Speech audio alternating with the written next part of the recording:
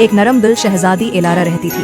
वो अपनी खूबसूरती और नज़ाकत के लिए मशहूर थी, लेकिन वो सबसे ज़्यादा अपने दिल की सफाई और दूसरों की मदद करने की ख्वाहिश की वजह से जानी जाती थी। वो अपने दिन गाँव में गुजारती, गरीबों की मदद करती और अपने अवाम के मसाइल सुनती। ताहम इसकी एक खामी थी, वो दूसरों की नसीहतों को कभी नहीं सुनती थी। सल्तनत का हुक्मरान उसके वालिद बादशाह एल्डन एक बहुत ही अक्लमंद इंसान था और वो अपनी बेटी से बेहद मोहब्बत करता था। उसने नोट किया कि एलारा अगरचा सबकी पसंदीदा थी, मगर वो अक्सर फैसले बगैर सोचे समझे कर लेती थी। बादशाह ने उसे एक दिन नसीहत की, याद रखो प्यारी बेटी, सबसे बड़ी ताकत हुकूमत में होती है, न कि सिर्फ नेक नीति में। एक दिन एक प्रासरार मुसाफिर सल्तनत में आया और उसने दावी किया कि वो एक नायाब जादुई फूल रखता है जो पूरी सल्तनत में अमन ला सकता है।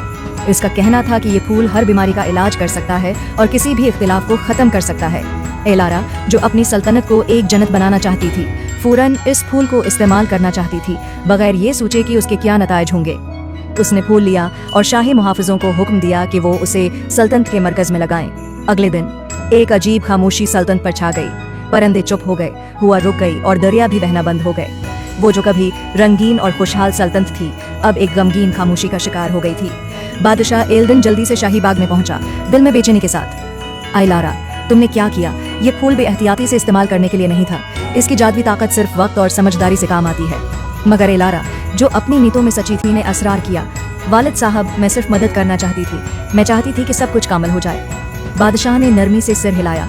कमाल ताकत या जल्दबाजी से नहीं हासिल होता बेटी, ये सब्र, समझदारी और दूसरों की हुकूमत को सुनकर हासिल होता है। शहजादी ने अफसोस से अपने वालिद की बात समझी और फैसला किया कि वो जो कुछ किया है इसका सद्भाव करेगी। लेकिन पहले उसे ये समझना था कि क्या गलत हुआ था।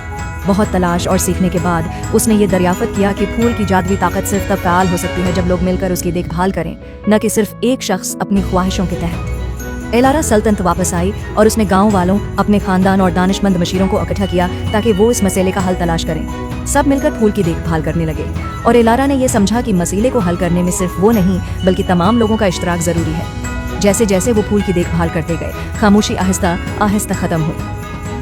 परिंदे फिर से गाने लगे, हुआ दोबारा नरम हुआ और दरिया बहना शुरू हो गए। सल्तनत फिर से अपनी साबका खूबसूरती में वापस आ गई, लेकिन इस बार ये ज्यादा मुतहद और प्रामिन हो गई थी। इस दिन के बाद शहजादी एलारा ने सीखा कि उसे ज्यादा सुनना चाहिए, सोच समझकर अमल करना चाहिए और दूसरों की हुकूमत की कदर करनी चाहिए।